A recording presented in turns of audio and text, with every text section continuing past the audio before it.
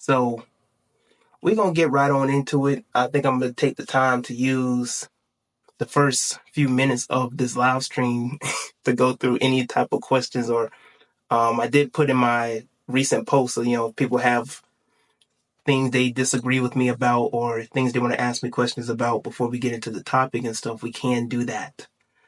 What is a 304? A 304 is a hoe or a promiscuous woman. Actually, 304 is very subjective if you really think about it, because anybody can be a 304. A woman who has a body count above 1 is a 304 to some men. Or if a woman is wearing something very provocative on social media, or if she has a lot of male attention on social media, or just in general, she is seen or deemed as a hoe. So anybody, any woman can be deemed as a hoe, but that's basically what 304 means. Love is a strong word. Love is a strong word, and men love the hoes. Men love 304s, whether they want to admit it or not. They don't like us because we have more money or why? Okay, that was a crazy statement. What I'm saying is that they don't just like 304s. They love 304s. They just don't want to admit that they like 304s because of their ego. Because we honest and get benefits versus doing it for free. Some women be out here doing it for free. I'm not saying that's a good thing or a bad thing, but if we really get into the concept of it, men love promiscuous women. The reason why they don't want to explicitly or directly or publicly say it is because they have an issue with her past or with her style or nature. Because even though that woman can bring him peace, that woman can bring him, pleasure, and everything that he's particularly looking for in a woman, he can't accept that she's been with other men or that she has learned and experienced things with other men, because his ego wants to take the place of basically teaching her how to be a 304 or how to be freaky or how to be nasty or how to be promiscuous. Because men will take pride in turning a girl out. It's the truth. I've done it before. Men will take pride in turning a girl inside out. So when he's done with that woman, and it sounds dirty, but that's what it is. When a man turns a woman inside out and then he's done with her, he can go on and brag to his homies or just brag and be like, yeah, the reason why you know how to do that or the reason why you know how to do this, because I taught you how to do that, right? And so what happens is that when they come across the woman of their dreams and he's over here, eyes rolling back, his toes are curling up like this, and when he's done, and when they done doing this session or done doing whatever, he's sitting there like, who she learned this from? And it's like, I don't know why there's certain Negroids out there who have this mentality or this mindset when they get into sex. Like, some men, they're so egotistical or so led by their ego that when they come across a woman who can treat them right in bed or know how to treat them right, all of a sudden it's not, oh snap, this girl really is something. Like, I think there could be some potential. Instead, he's over here wondering how many men she been with, what's her body count. You focus on the wrong thing. Now, I ain't saying you shouldn't give a background check and you shouldn't want to evaluate or analyze the person that you want to be with, but some men be focusing on the wrong things when it comes to a woman who's just very sensual or very well intact with her sexuality. What's your thoughts on Freemasonry? Well, Freemasonry came from Black people. I don't have an issue with Freemasonry because there's many different levels of Freemasonry. There's many different levels and many different standards, many different places when it comes to Freemasonry. So I personally don't have an issue with Freemasonry. The system or the elites, they do utilize Freemasonry or our alchemy or magic against us. And you just have to really understand or realize what they're using against you and the things that you can use for yourself. Because when we have Christmas and Halloween and all these other different type of holidays, these are Masonic holidays. These are holy days. But they utilize these holidays. They get money, they get advertisements, they get power, and they harvest off of these energies. And you got the spooked out Negroes out here. You shouldn't celebrate Christmas. You shouldn't celebrate Halloween. These are paganistic, alienistic, devil, emotion, and evil holidays. And it's like, or you can utilize these holy days because originally these holy days were created by you.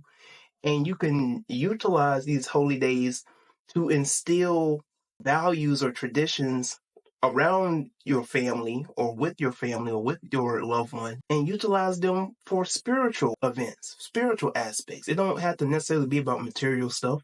You don't have to go with the crowd and what everybody else is getting themselves into. You know what I mean? So a lot of people, they get really spooked out when it comes to masonry. I don't have an issue with masonry. It just is what it is. What do you think about Scientology? It's been coming out on my... Well, I don't particularly know what Scientology is. When it comes to Scientology, the only reason why I know about it is because of Rizza Islam, because I guess he's into Scientology, but I don't really know anything about Scientology. My old page was Obey the Kid. Oh, I didn't know who you was, Phil, but I know who you are. Thank you for being knowledgeable, madam. That's what I'm here for. Yo, what's good, Slim? And my apologies for being a little behind on the comments and stuff like that. I'll be a little long-winded when it comes to these topics and stuff like that, when people have questions. The hard body up in the building was good. Red Pill, Royal, Big Homie was good. Freemasonry itself isn't actually the problem. It's the way the so-called elites, if you give them the kind of power, use it against us as our alchemy. Facts. They deleted me for calling certain people. You can't do that, fam. Listen. And this is why I've kept my page for so long, right? People ask me, like, Tyrone, how is it that you've kept your page for so long? You post this type of content, you talk about these type of topics, and you're still here. It's because I've learned how to preserve my platform. I know that there's certain words that I can't use. There's certain topics that if I was to speak on them, there has to be a certain way to speak on them. And I can't speak on them the way that I want to, especially on YouTube, because they're going to demonetize me. When it comes to Instagram, they're going to take me down. There's people out there who might want to take down my page just for talking about the topics and stuff. So you have to speak in code. You can't just outright call other people what they are. You have to speak in a way that it won't be noticed. And for an example, right, I remember I made an edit of talking about how the original people and then you got the GMO people who are not the same. And we just know based off of history, based off of nature, just based off of the way that we are created in our genetic makeup, that we have the original people and we have the GMO people, and we are not the same. That doesn't give us the advantage or the privilege to try and be boastful about it or narcissistic about it, because then we're going to end up being like them. What it gives us is the advantage to become who we are, to prosper in our creativity and our power. That's what it means for us to have knowledge of self. Not to go out and telling other people of what they aren't and we better than them. That's not what it's about. Knowledge of self isn't about you thinking that you're better than somebody else. Knowledge of self is for you to learn who you are so that you can advance and elevate in your own life. That's what it means. But you see what I'm saying, though? You have to speak in a way where they're not going to catch on to it. People. Who is he talking about? Hey, listen, if you don't know, I can't help you. I don't. For those who know, the spiritual game better than a majority of the other content creators in this craft. The key is to literally learn what you say, learn what to say, when to speak, but still let the message be clear. Exactly. And I had to learn the hard way. Don't get it twisted. Don't think that I learned this overnight. I have lost over 9 pages. I want y'all to hear me. I have lost over 9 pages because I did not know how to talk or speak on social media. When you learn to talk on social media, when you learn how to approach certain topics and learn how to talk in a way that you can captivate and motivate people, you're going to get it. I guarantee it. You want to know why there's so many people in my comments? 9. Yes, I have lost 9 pages because I've been doing social media since 2016. So I lost my first page in 2016. And then from there on, I just kept losing pages. I lost 2016. I lost a couple in 2017. I lost a few more in 2018. I lost another one in 2019. So then when I got to 2020, and I started to really study the occult, I started to speak in occultic ways. I started to speak in ways that only people who knew what I was talking about will understand it, right? But then I applied that to all the other topics and subjects that I talk about as well. Not to say that I haven't had certain posts taken down and deleted and stuff like that, because I had a few slip-ups, but I learned through those slip-ups to learn how to utilize and learn how to speak about certain things or certain topics or certain people. And for those who interact with my content and with my page, y'all see how mad these Negroids be. Y'all see how mad these Christians, the spooks, the bots, you see how mad they be in my comment section, and I don't be saying anything. I literally don't be saying, I don't be saying much. I don't be saying nothing at all. I'm like the bare minimum, right? Jesus is not coming back for your black ass. That gets Negroids mad. Just the bare minimum. And so once you learn how people work and how people function, and just the bare minimum, just a little of words, just a few of words can really activate people's captivation. All it takes is just for you to learn how to connect with people, learning how to, especially like with captions, it's always important for you to learn how to, confirm captions. You don't want to just post and then just put a random caption or something random, then people don't understand what you're talking about, where you're coming from, and things of that sort. So it really, that's just all there is to it. This actually goes into the topic that I'm about to talk about concerning the basis of my podcast episode, because a lot of people, like, I'll use for an example, right? And my apologies for sweating. It is a little humid in the South, and so it is a little humid in my room. We'll wait for some of the people up in here before we get into the actual topic. Miss Enchantress and Miss Gill, Mr. Gills and Grippo. But a couple of weeks ago, I had made a post about the eclipse, and this had Negroids in a nitty. I'm talking about they just were completely mad, upset. And this is what I was talking about from before, about learning what makes people mad, what really grinds people's gears. It's really the bare minimum. People are so, and I don't mean to offend any of my followers or people who rock with me or anything like that. It applies. If it don't, let it fly. All right. But when you come to understand how sheeple people can be, it's really not hard to make a controversial statement, especially when you're dealing with woke Negroes. So my topic, or my title of this podcast, was going to be "Why Not Woke Negro?" Because somebody had responded that they had responded to me because of the post that I had made, which was about the eclipse. And what I said in the reel was, I don't know if y'all know this, but for the woke Negroes watching, you can't have a flat earth with an eclipse. It's not possible. You can't, when you understand what an eclipse is, it's not possible for you to see an eclipse and yet be on a flat earth. It's not possible. It's never going to happen. And for whatever reason, what I have an issue with is people who fail to acknowledge that aspect of themselves. You can acknowledge that you may have had black ancestry in the Americas, but to exclude such a big aspect of yourself is beyond me. You know what I'm saying? It don't make any type of sense. Black people can't comprehend the word migrate. Beyond me. Black people were in those regions, but context matters as to how they got there too. Exactly. And they want to make people believe that they were in the Americas before interaction. And then what isn't, this had Negroids in a nitty for whatever reason. And Lord, my camera isn't even focusing on me. It had them in a nitty. And I'm talking about, this is the bare minimum. This is something that you should have learned in elementary school. But what society has done and what the mainstream media has done is that they have confused everybody to thinking that what is actually real, what is truth, and they have completely switched it. But it's to a point to where it's on autopilot.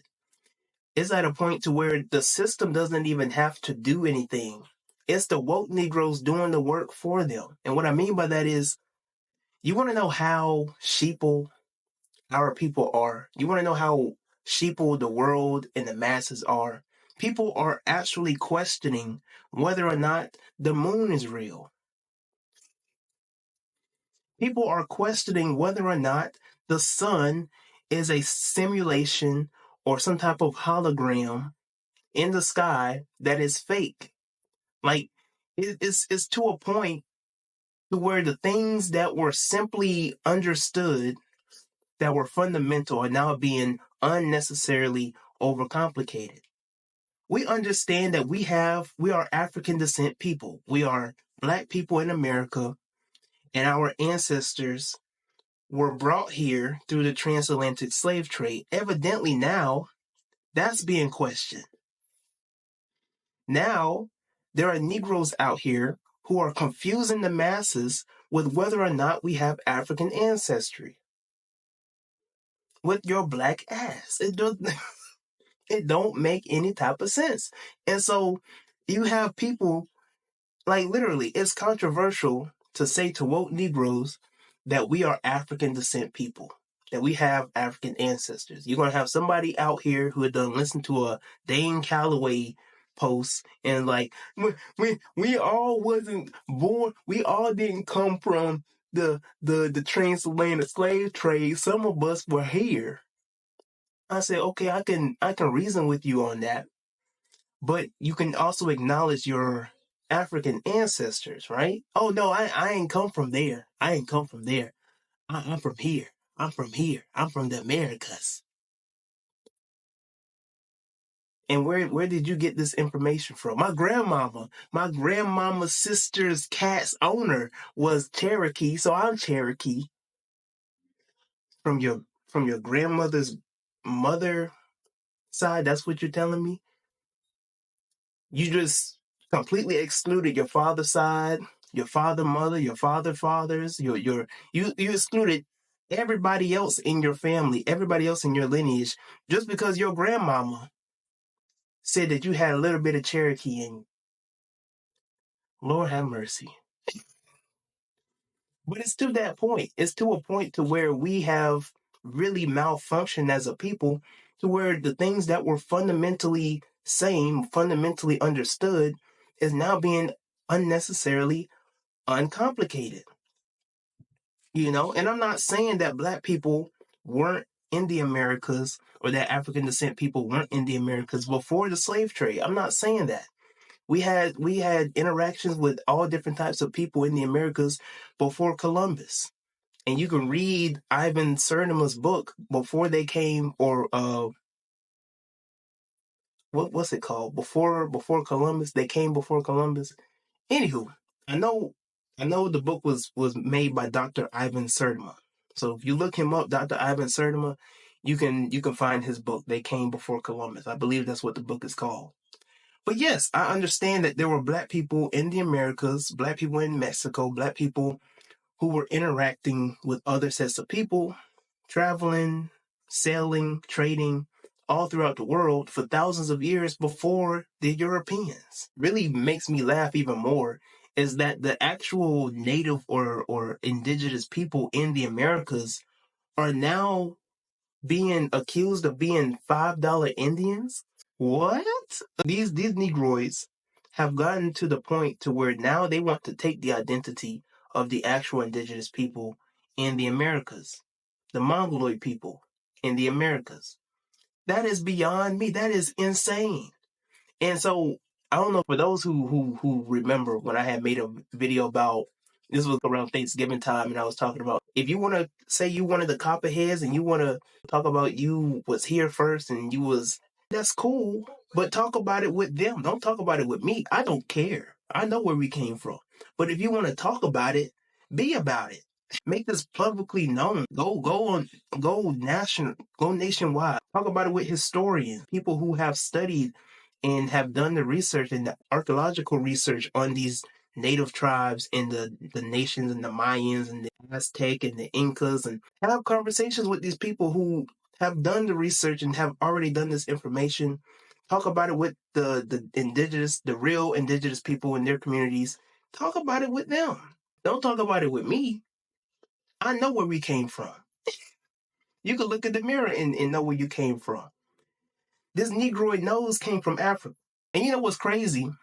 And what's so ironic about this is that when I had this conversation with people, when I was talking about it being vocal, I had these same type of Negroids in the comments talking about, what's this African Negro even talking about?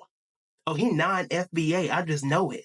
I said, sir, how am I non-FBA? Just look at you. I could just tell. You from Jamaica, ain't you? You from Jamaica or Nigeria or something. You're proving my point. Thank you for proving my point.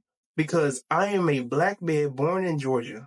And mind you, the person who was telling me about this was from Florida.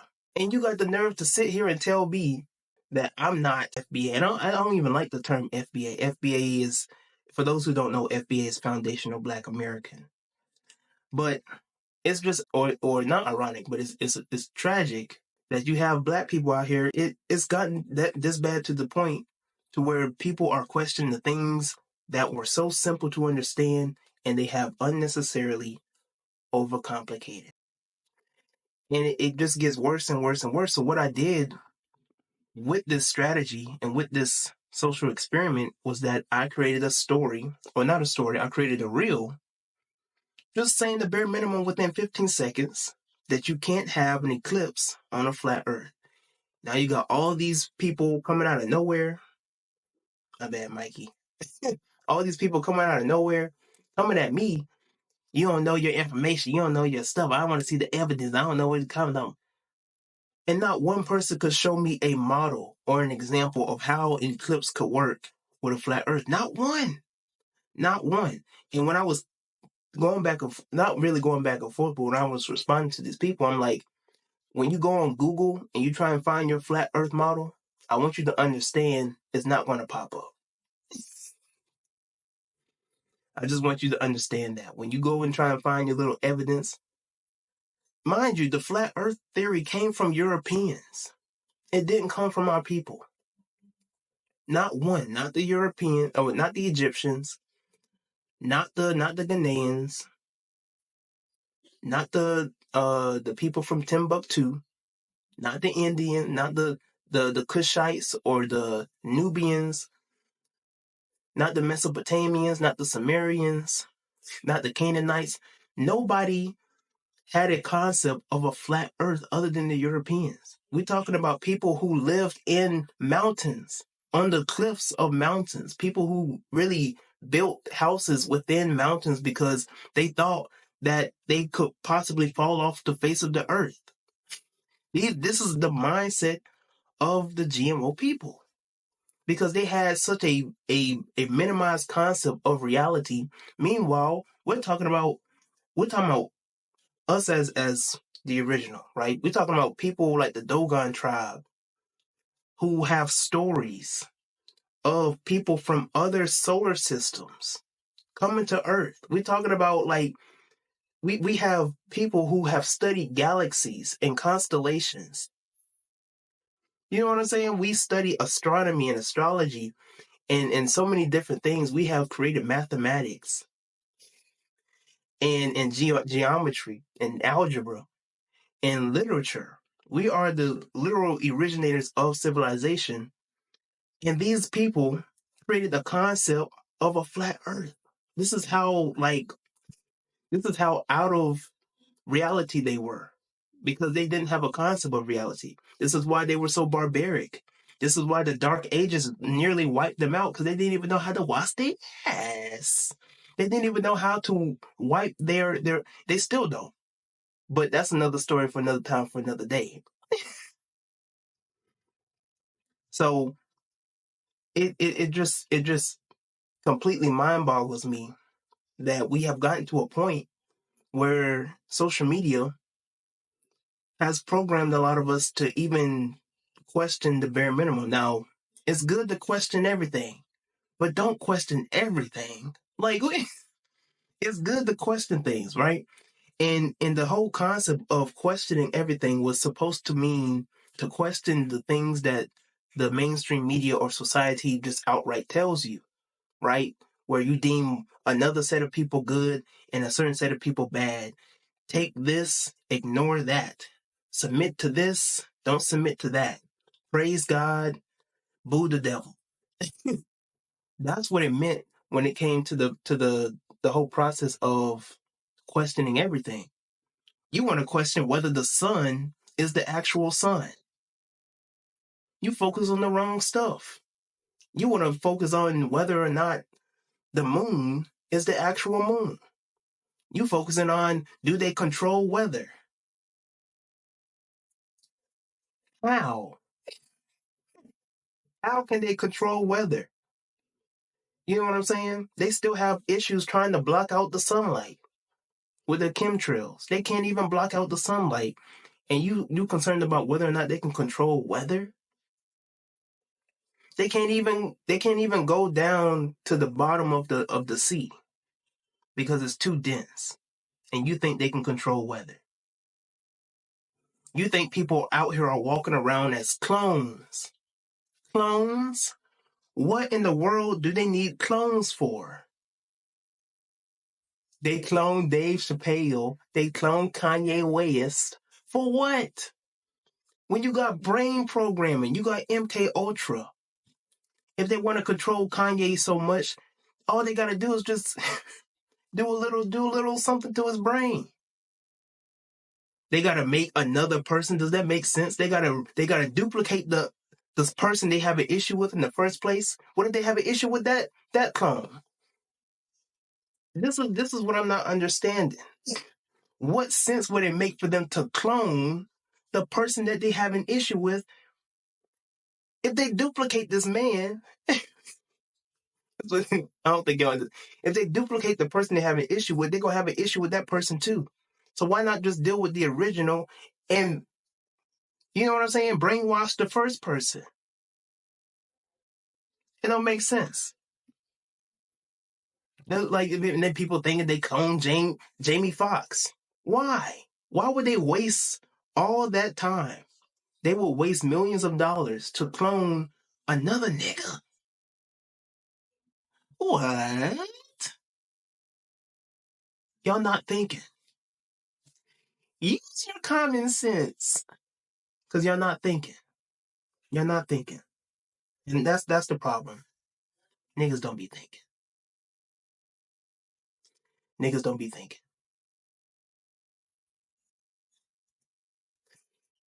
Especially since the clone gonna develop the same individually as the original. I stop wasting time. And that's what I'm saying. Like, it's and they show this. You can watch movies where the clone's going against the original. Like, they have movies about this. They have cinema about this. They're not going to be cloning people. Why would they clone people when they invest billions up to trillions of dollars into the media? They don't have to clone you. The movie They Cloned Tyrone was not about cloning. It was about programming. Because if you listen close to what they was talking about in the video or in the movie, they was talking about an archetype or characteristics of people that are constantly duplicated in certain communities. And when you take a look at all the black people out here who are constantly duplicated in terms of mindset, in terms of mentality, a lot of us are walking around like bots. A lot of us are walking around like clones. Because when, like, if you saw the movie, you notice like there's a certain like a certain programming that was done in the clones to where they could listen to whoever the puppet master was. It was like a certain word. I forgot what the word was, but a certain word or a certain set of music. That's all it took. Yes. Okay, hold on. All it took was a certain word or a certain set of like programming or music, and they show you this in the movies. They show you this in the movies. So that's all there is to it. They show you in the movies exactly what's programming you. You're the clone. They clone Tyrone. They clone your ass too. So, right, they don't need the fake humans. So cloning is another distraction. Bingo! Cloning is most definitely another distraction. That's what it is. Now you're getting it. Now it's clicking. That's all it is. But the thing is that, to me, this is my personal perspective about it. I don't even think, when it comes to like all these different conspiracies, most of these conspiracies, I don't even think the media is formulating them. I think because of this programming within us, that it's on autopilot. So we doing the work for them. They could put the literal truth out there and we'll question the truth. It's gotten that bad to a point. Like, even there was a Russian, this man who kind of deals with media and manipulation and propaganda. And like, he dealt with a lot of the propaganda with Russia in terms of like war and everything like that. And he was like an informant. And he was saying in an interview, he was like, truth, like the way that society is to a point to where you could put the truth out there and it won't have any effect. You could literally put the truth out there to such a point to where it's not going to affect anybody. You could put the truth out there and people will question the truth. People will ignore the truth because there's so much programming out there. My girl, see Era up in the building. And we need to talk, because we haven't even been in. I haven't seen you in I don't know how long. That's egregious, and we're really good friends. We've been knowing each other for a minute. So you need to hit me up. Adrian, she's not my baby mama. Okay, that is one of my great friends. I should have ignored that comment. That cloning stuff is a bigger distraction and a waste of energy. It is a waste of energy. And while you going back and forth with other people on comment sections talking about who cloned who, Gucci Mane, people really thought they cloned Gucci Mane. Gucci Mane? People thought they cloned Kodak Black. Kodak Black? Why didn't they clone Queen Elizabeth? Why didn't they clone all the other ancestors? They took their time to clone to clone Kodak Black and all these other people. They didn't clone their ancestors. They didn't clone anybody else of use to them. And don't get me started on the reptilians. Do not get me started on the reptilians. Please do not get me started on the reptilians. There are people out here who think that there are actual shapeshifters out here. Please don't get me started. If you think that there are underground reptilian nations who are out here disguising themselves as Hillary Clinton and Bill Clinton, I don't know what to tell you at this point. But it's gotten to that point. It's gotten to that point. The reptilians, the whole concept of the reptilians is you, Negroid. You're the reptilian. You're the high intellect reptile figure. You know what I'm saying? Like, if you look behind here with your medulla oblongata and you look at your vertebrae, don't it look like a snake? You know what I'm saying? When I don't understand Negroes. And don't get it twisted. I used to believe in that too. For those who really used to, like, way back in the day when I was in the pro-black phase and stuff like that, I was into that too. Don't get it twisted. Matter of fact, I forgot what it was called in the brain. Yeah, we were just dealing, to conclude the whole aspect when dealing with the woke Negroes, or the woke aspect. A lot of people, they believe in certain concepts and certain theories and conspiracies. It just don't add up. And when you really conclude on them, it's, what the hell? It lovers of themselves, zesty cupcakes with sprinkles. Lord, that is a wild statement. When you're dealing with a lot of these woke Negroids, a lot of stuff, it never adds up. And it just keeps recycling and keeps adding up and adding up and adding up and adding up. And you don't really come to the conclusion that you want to come to. You know? It just never adds up. It never works out. Everybody be saying anything about everything when it concerns celebrities, whether it's science, whether it's history. It's beyond me. All right. But something that I want to specifically talk about, right? And let me actually get my camera looking right for this one, because I definitely want to make this into a reel. Make sure that I'm actually ain't looking too out of place. But this might trigger a couple of women. And I don't mind triggering people. But if you want to know, today's the day, all right? And let me wave at Miss Darling. All right. So there's women who will say incorrectly that they are celibate. You're not celibate. And I don't want to trigger anybody if they come back and replay this, or if they watch this on YouTube when I post it, or they listen to this on my podcast.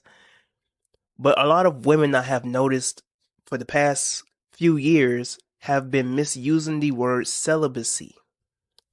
And a lot of women feel like because they are inactive in the sex game that they are celibate.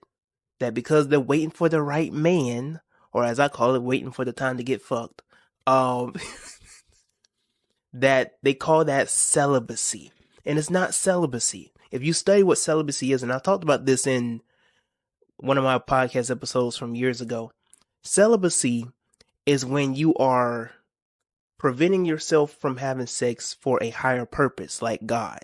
So like for somebody to be celibate is like you're waiting until your act in sex is basically sanctified by a higher power. So people in the church, if you're a woman in the church, you can be celibate because you're savoring yourself for God. You're abstinent. That is what you are. You are not celibate. You are abstinent. To be abstinent means that you are preserving your body, or you're not participating in sex unless you want a boyfriend, unless the right person comes around, unless you want to deal with, like, you know, certain type of things that you want to deal with and act out, whatever the case is. That's abstinent, right? So if you are a person who don't want to have sex until you find the right partner, you don't want to have sex until the right fling comes around, or until you feeling right, you are abstinent. You are not celibate. And I know a lot of y'all women got toys. And if you have toys and you use them on yourselves, or you like to play a little disco with the clit, you're not celibate. That would completely disqualify you from being celibate, because celibacy cancels out any type of sexual interactions with yourself and with other people. So you would be abstinent, not celibate. Okay? I've heard so many women in the past talk about, I've been celibate for about 2 to 3 years. Ma'am, I don't even believe that. I'm sure your mama don't even believe that. I'm talking about these be women. I'm talking about they got badonkadonks. They got everything going on with themselves. And they got the nerve to look at my face. Me, the jack of all trades, the jester. The one who talks about the hoes. And you got the nerve to look at my face and tell me you've been celibate for 2 years. Give me a break. 2 years. And you walking around like that. Double cheeked up on a Friday afternoon. Nigga, please. Celibate. Anyways, so you're not celibate, okay? You're just waiting for the right time to be a slut, and it's okay, and it's fine, and it's quite right and dandy for you to be okay with this, because a lot of y'all are not celibate. A lot of y'all are children of the devil. A lot of y'all are evil succubus. And you just got to be honest with yourself. You got to be really into yourself. True and true. Double truth. You're just waiting for the right time, for the right moment to snap. And it's okay. I don't know if y'all hear the thunder out there. But see, even the universe backed me up on that one. But it don't get no simpler than that. When it comes to sex, a lot of women, they will switch their rules up. They find a man that's attractive and right and looking nice. Fellas know this. We don't go for the okie doke when we come across a woman. They be like, I just want to let you know I ain't trying to do nothing. I ain't trying to have this. I ain't trying to have that. And we like, okay. I ain't snitching.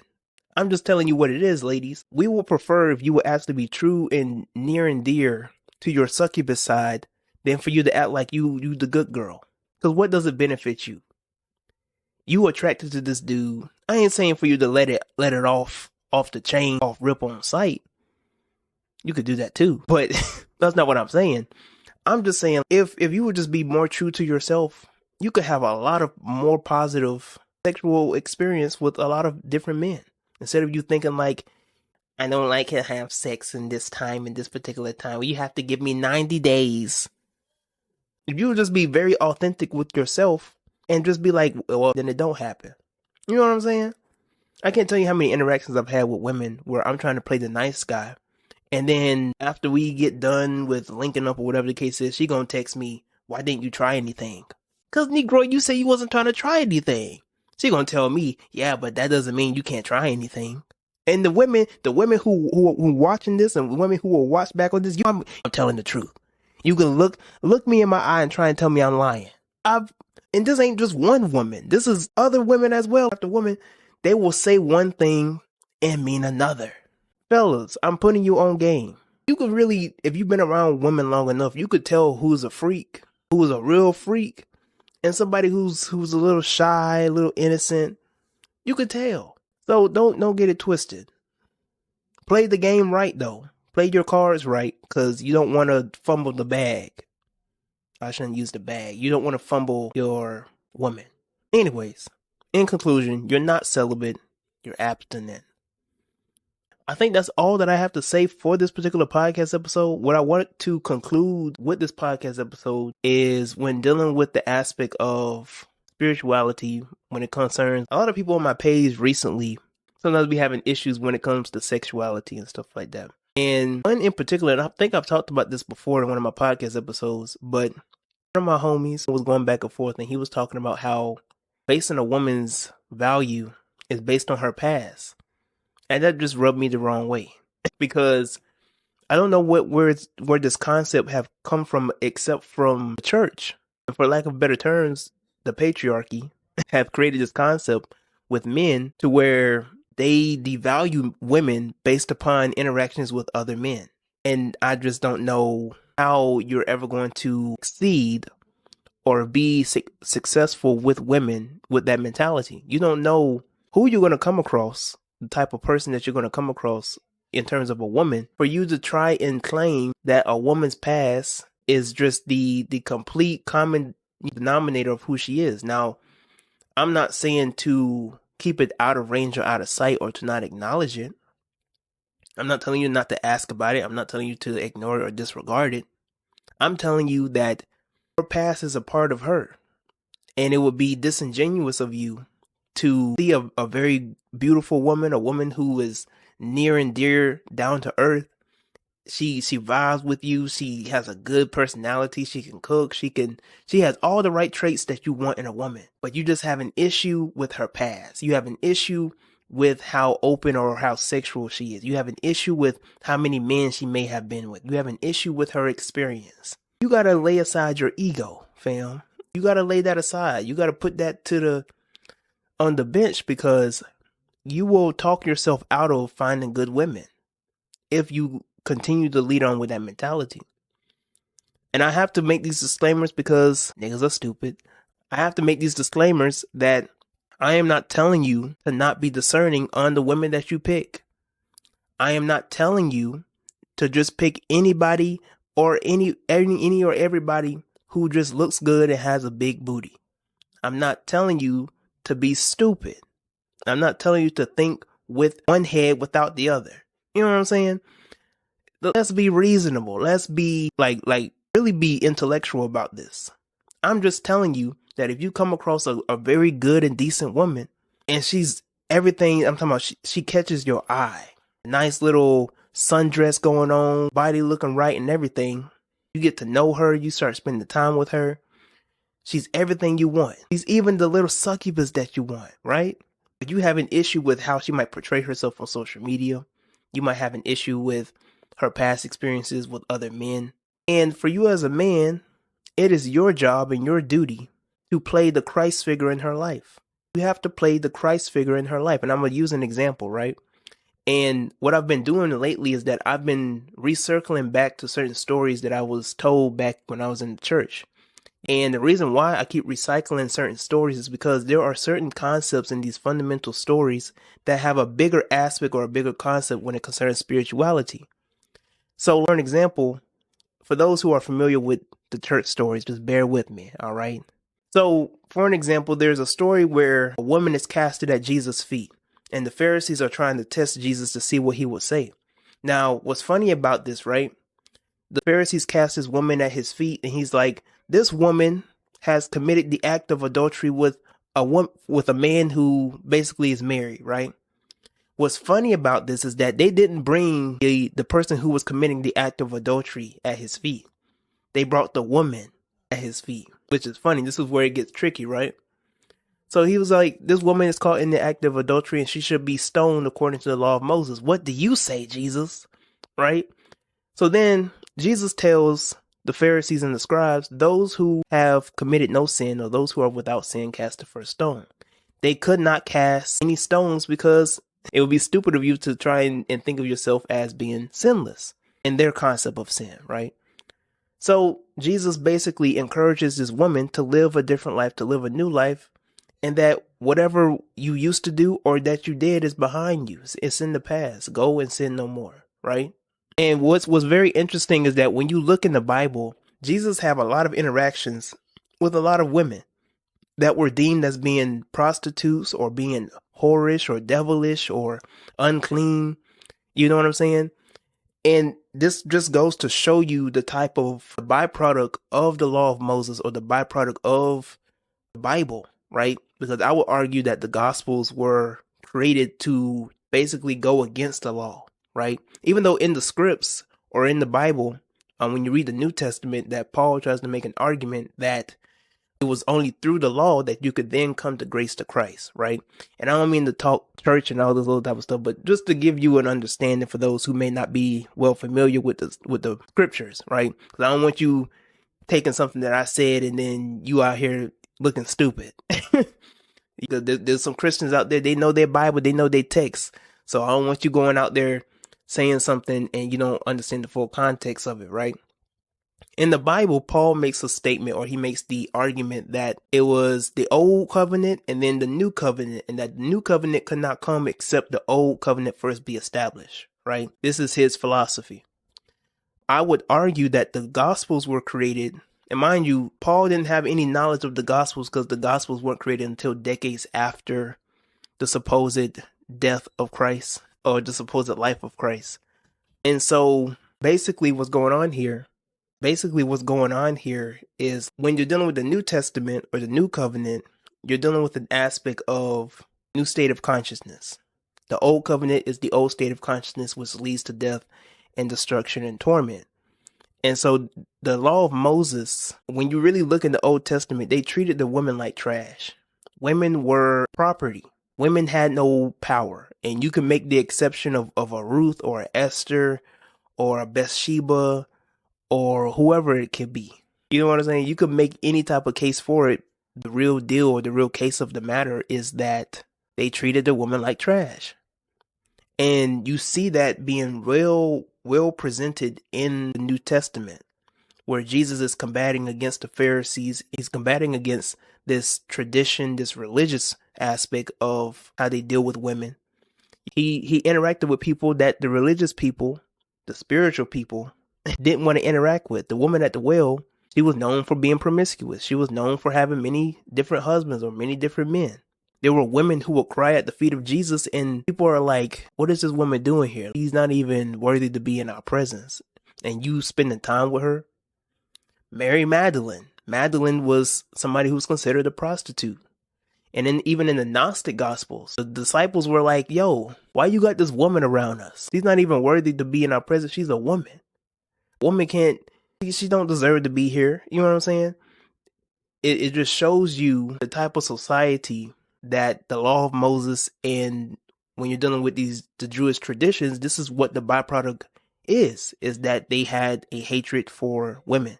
And so Jesus went against that. He had women in his congregation, so on and so forth. And then, like I said, I don't mean to get too preachy, but just for you to understand the full context of that, and saying that for a man, when it comes to a woman, he's supposed to play a Christ figure in that woman's life. A woman already off rip, and if you don't know this, fellas, a woman already off rip already feels judged by you just for her being herself, to such a point that a woman has to play goody two-shoe, or she has to feel like she has to lie about her body count. She has to lie about her interactions with different men because she don't want to be deemed as something that she really isn't, or that she really is. She don't want to come off as who she truly is in front of you, because you already judging her based off of how she dresses. Something as simple as how she dresses and how she wears her hair. Some women don't care. And so on the flip side, you have women who are not necessarily what you would call being authentic, but being bitter because of dealing with men who already judge her, and is already to a point to where, like, some of these women, they have very bitter approaches towards men because they've dealt with so many men in the past that have already judged them for who they were. If you approach women, and I actually have a podcast episode about this, if you approach women with grace, humility, and love, you will get a lot out of a woman. A woman will be more likely to transform and change for you to see the woman that she can be for you, than for you to judge her and be like, she's for the streets, she's a 304, she's nasty, she's dirty, I don't want nothing to do with her. You're not going to change women like that, fam. But Jesus had the juice like that. If you look at if you really study his stories, you study the stories of Shiva or Krishna or Dionysus, these men had the sauce. You want a woman off rip to be this grand Madonna for you. I'm sorry, fam. That's not reality. Everybody is on their own personal journey, and you can either lay aside your ego and be a light to the world and a light to a woman, to where she can also direct her path to the light within herself. Or you could be one of the Pharisees and be so judgmental and think you all high and mighty and that you better, greater than thou. That's what it means when you out here saying her value is based on her past. Well, then I would have to question your spirituality. I would have to question how you interact and deal with people. Because if you're basing a woman based off of her past, and you're saying her value is based on her past, then what does your past look like? Should I base your value off of your past? How do you base your brothers and your friend group and your family members, like people that you cool with, the homies? Are you going to judge, you going to base their value off of their past too, or is it a woman thing? It's a men and women are different type of thing. You know what I mean? But people create this concept. They will create this notion that, if a woman has more than 5 body counts, her value is less. A man go out on a conquest for poom poom, got 20, 30, 40 bodies. He can settle down. He can realign himself and find God and become the Buddha and live happily ever after. Lord forbid a woman actually can do the same thing. That's redonkulous. That is complete BS. So when it comes to this spiritual aspect of becoming the Christ, of becoming the Buddha or the enlightened one or the awakened one, You got to treat everybody the same way, equally, when it comes to casting forth your light. And when you're finding the woman for you, the woman that might be for you may not be the woman that's for you in the moment. And I'm not telling you to waste your time with just somebody who just ain't compatible for you, but you can off rip have interactions with women, and just for you to interact with certain women and have a certain type of conversation with them, and for certain women to open up to you. There are a lot of women who open up to me, and I ain't bragging, but a lot of women feel comfortable to open up to me because I have made a space for them to be themselves. You see what I'm saying? If you don't have, and I'm not saying if you don't have women who come to you, then you ain't nobody. But if you have women who come to you for advice, who come to you for emotional support, who come to you to hear out their problems or for you to give them solutions, you might be somebody worth value in terms of somebody who can give direction to a woman. You see what I'm saying? As much as some of these women like to claim they don't like men or they don't want to be with men or they're strong and independent, a lot of these same women go to men for direction because they know that their girlfriends and their girlfriends and their mother and their grandmother are going to cater to their emotions. They need to hear it from a man. They need to hear it from a father figure. So they're going to go to a man and ask them about A, B, and C. Now, I will tell you, and fellas know this as well, women will go to men for advice on their emotional relationships and things like that and won't listen. They will get their feelings and their problems out, and the man will give them their solution. They won't take the solution.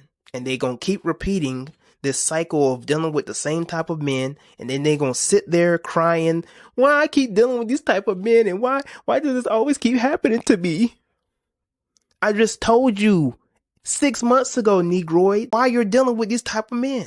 You keep dealing with them because and certain women don't like to hear the truth, so they're just going to take what they like to hear, and whatever they don't like to hear, they just throw it out the window. I told you why you keep dealing with these type of men. I told you to stop messing with these type of men, and you keep dealing with these type of men. You want to blame everybody in the world. This is why men are trash. This is why I don't want to deal with these type of men. This is why I'm not looking for men, because men are always doing this and men are always doing that. No, you're doing it to yourself. It's not the men. You're doing it to yourself. The reason why you keep seeing a pattern and a repeat of the same type of men in your life is because you keep entertaining the same type of men. Or even more so, what if you keep bringing out the bad aspects in other men? Oh, plot twist. What if it's you and not them? What if you actually come across good men, but your judgment and the way you approach men and the way you talk to men is so messed up that you bring out the bad in other men, and bringing out the bad in other people or in other men makes your ego think that it's the men and it's other people, when really you just ain't shit. I just thought of that. I gotta write that down. I never even thought of it that way. But it's true. It's true. You really have to really self-reflect and take a look in the mirror at yourself. And is it me? Am I the problem? Because I was saying before, if you cast forth your light instead of bitterness, instead of your darkness and I'm talking about the bad aspects of yourself and things that you haven't gotten over and your trauma that you haven't dealt with. If you more so cast forth your light, your compassion, your humility, if you show that compassion and humility and love to a man, what do you think that's going to do to him? You could bring out the best in a man just off of a conversation, just off of a smile, just off of the way that you interact with him. You rather not go off that. You rather do the other thing. You rather do your own thing and be strong and independent. And I don't need a man and this and this and this. When you could really just go the other way and really show forth who you truly are. And not what your mama told you, not what your daddy told you, not what your exes have told you, not what people who've had bad interactions with you have told you. Because a lot of people, they will believe the things that people have told them instead of really identifying who they truly are. So you've believed in these false identities of people telling you that you're bitter or that you don't understand or you're indecisive or just things that in your shadow self don't identify who you are. And so you have made the things that other people have told you about yourself your own identity. You're bitter, you're hard to deal with. And that might be the acts. I said acts. That might be the things that you bring out to the world. That might be things that you are participating in and being hard to deal with and being indecisive and always leading to conclusions. But that's not who you are. You are acting out of nature. You are acting out of character. So once you come to understanding what your nature is and who you are, then you can become the divine feminine. Then you can become the light to the world. Because I got news for you. Jesus may be the light of the world. The divine masculine may be the one who enforces or brings the light to the world.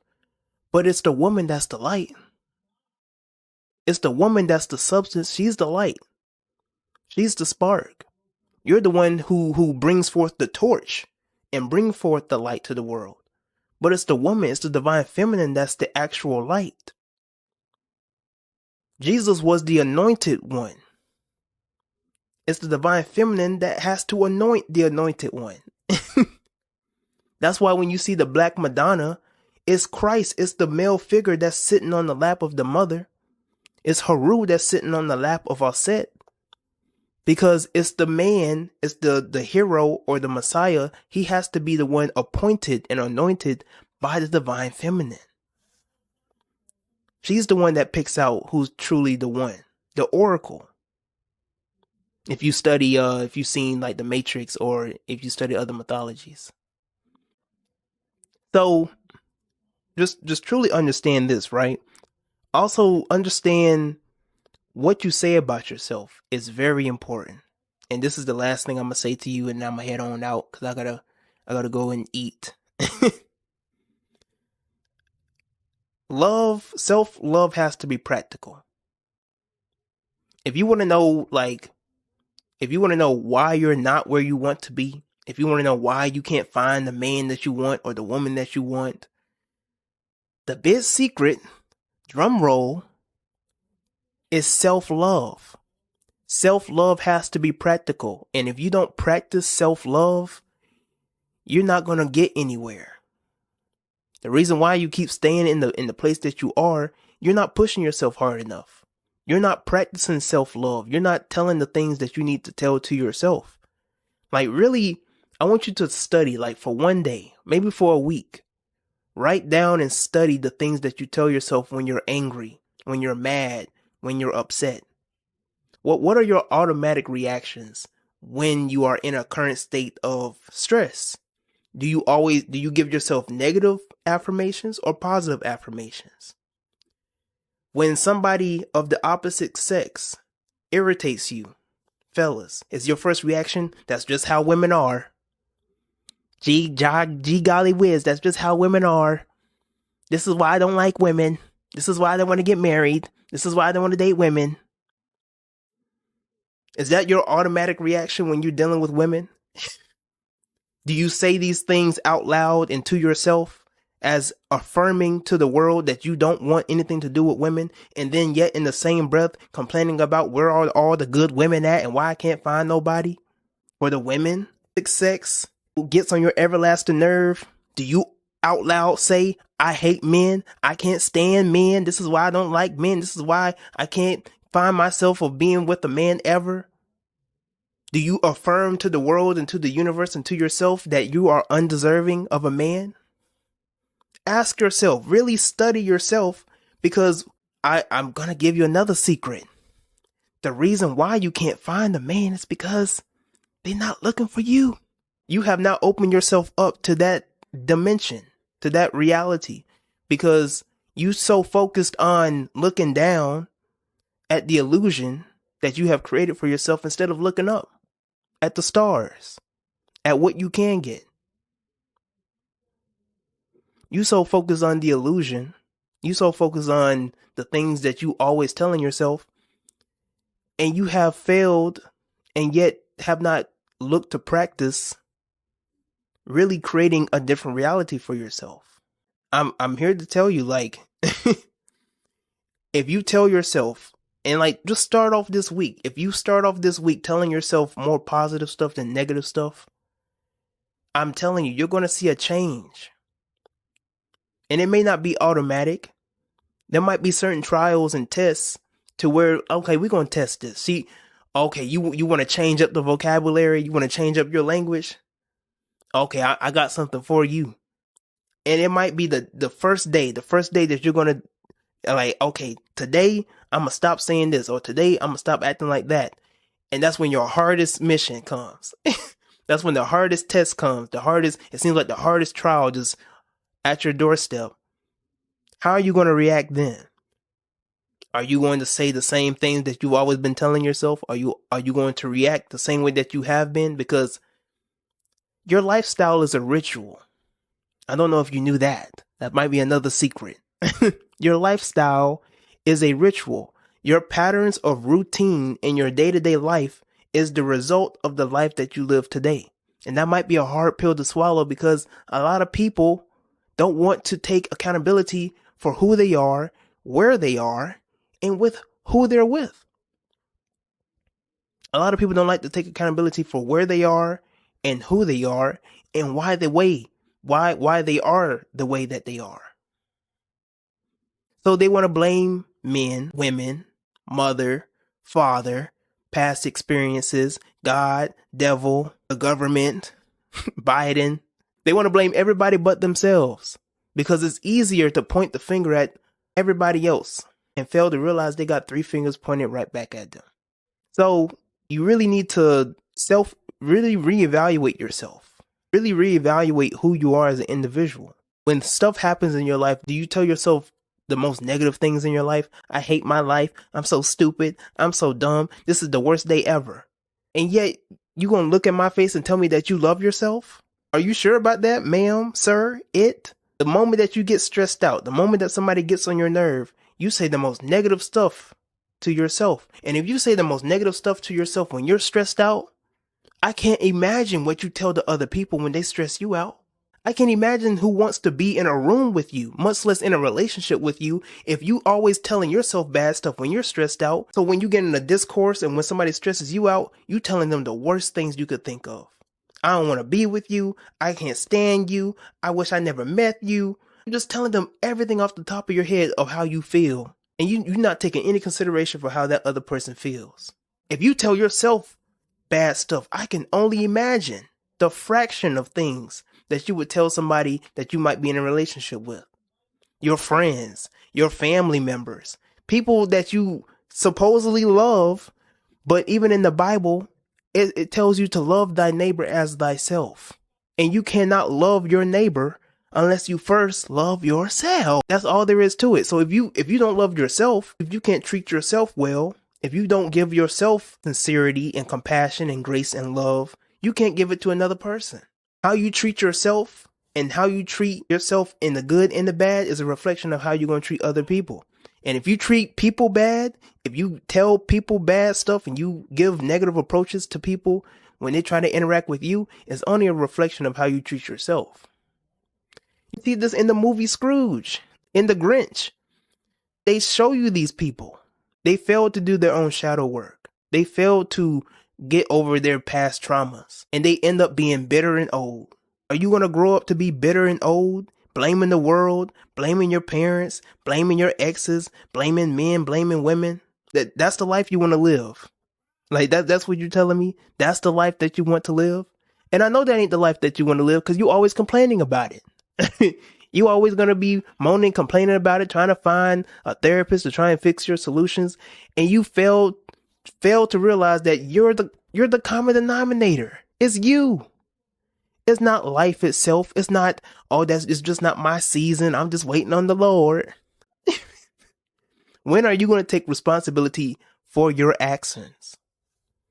When are you going to be the one to be like, this is on me and I got to change. I got to do what's best for me. You got to put yourself first. So that's all I got to tell you. I don't want to go any more further than what needs to be said. I said what needed to be said. And if you got it, good. If you didn't get it, can't help you after that. So I'm gonna close on out with my podcast episode. Appreciate everybody who be listening to me on my podcast and everything of that sort. If you feel like that somebody needs to hear this, if somebody needed to hear this, somebody needed this type of message, whatever the case is, share it with them. If you listen to this on YouTube, when I have this uploaded, make sure you like the video, share this with somebody, leave, share some comments in the comments below. Also for people who are listening to me on Spotify, make sure, you also follow me on Spotify. You got me on Apple Podcasts and everything of that sort. All right. Appreciate everybody who be supporting and listening to my content and sharing my content and everything of that sort on social media at The Omni is Wrong. You already know where to find me. Till next time. We out.